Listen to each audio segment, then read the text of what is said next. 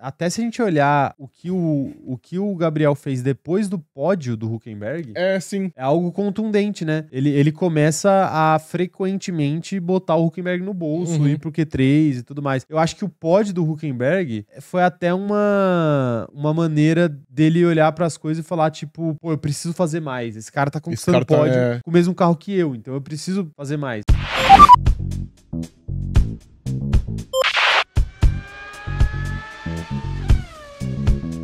Vocês acham que o Bortoleto estaria fazendo uma temporada tão boa se o companheiro de equipe dele fosse um pouco pior? Essa é a questão que o próprio Bortoleto levantou, porque ele falou o seguinte, ó lá, eu não estaria no nível que estou agora sem Nico Hülkenberg. O romantismo tá no ar entre Gabriel Bortoleto e Nico Hülkenberg, tipo aquele vídeo deles, um pegando na perninha um do outro. E agora essa declaração de amor do Gabriel, que falou o seguinte, ó lá, eu não estaria no nível em que estou agora... Não, tá certo. Eu não estaria no nível em que estou agora nas classificações e nas corridas se não fosse... o enquadramento é errado, né? Se não fosse provavelmente o Nico me pressionando tanto, né? O que você acha dessa afirmação dele aí, Sr. Rafael? Ele tá certo ou ele tá errado? Eu acho que ele tá totalmente certo. O fato dele ter um companheiro de equipe forte, que faz pressão nele, que faz uma sombra nele, que anda bem, que sabe das coisas, eu acho que ajuda muito, porque era muito fácil pra ele, por exemplo, vamos supor que ele fosse companheiro de equipe de um outro novato. A dupla fosse ele e o Berman, por exemplo.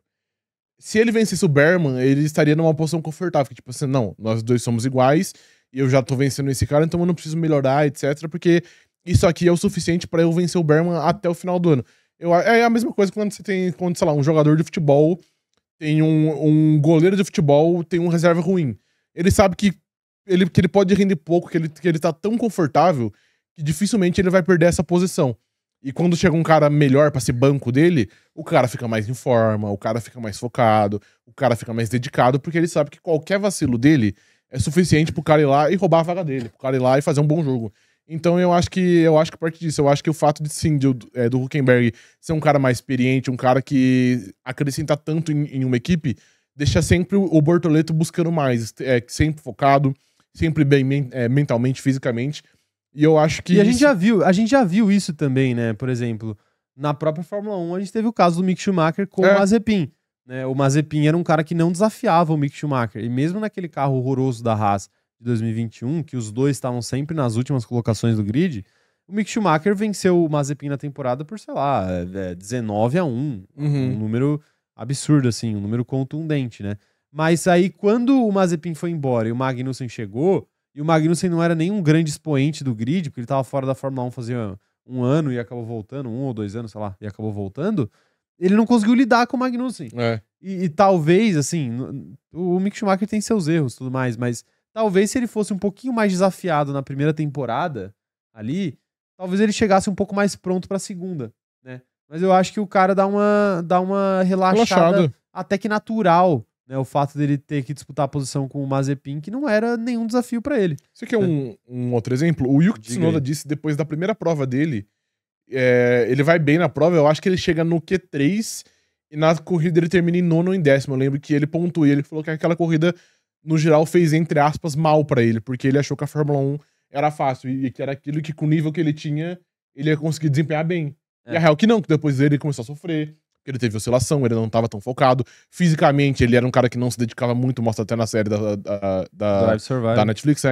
Então acho que o cara, às vezes, a primeira impressão que ele tem, o cara se acomoda, perde espaço, e depois pra ele conseguir retomar o nível que ele tinha antes, ou o nível que as pessoas ao entorno dele têm, às vezes não dá tempo mais. É foda. De fato. Mas enfim... tá aí, eu quero saber as opiniões de vocês aí. O que vocês acham sobre Gabriel Bortoleto e Nico Hülkenberg? Um puxa o outro pra ser melhor?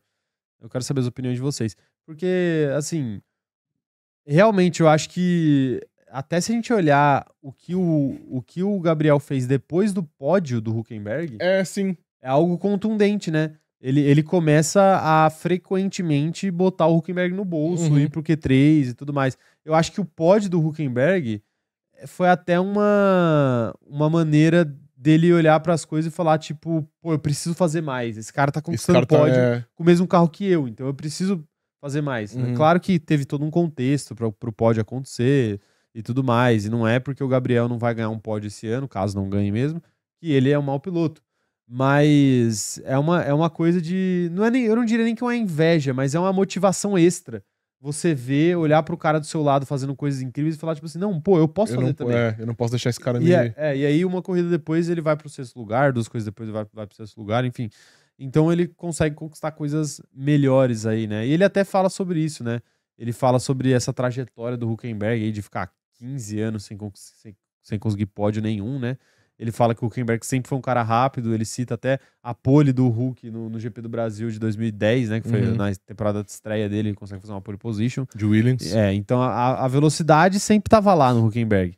O grande problema é que ele acabou não concretizando todo o potencial que ele tinha em conquistas dentro da categoria.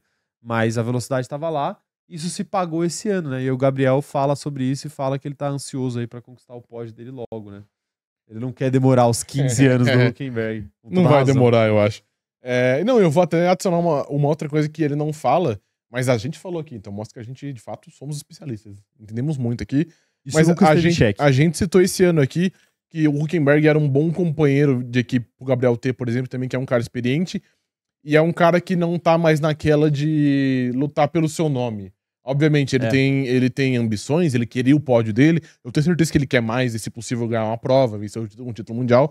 Mas o Hülkenberg também é um cara que compartilha coisas, muito provavelmente, que ajuda o Gabriel em situações A, B, C e por aí vai.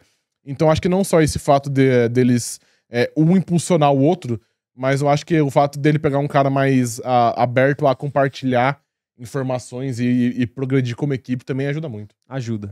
Mas é isso daí, eu quero saber as opiniões de vocês. Comentem aí o que vocês acham sobre essa frase do Bortoleto.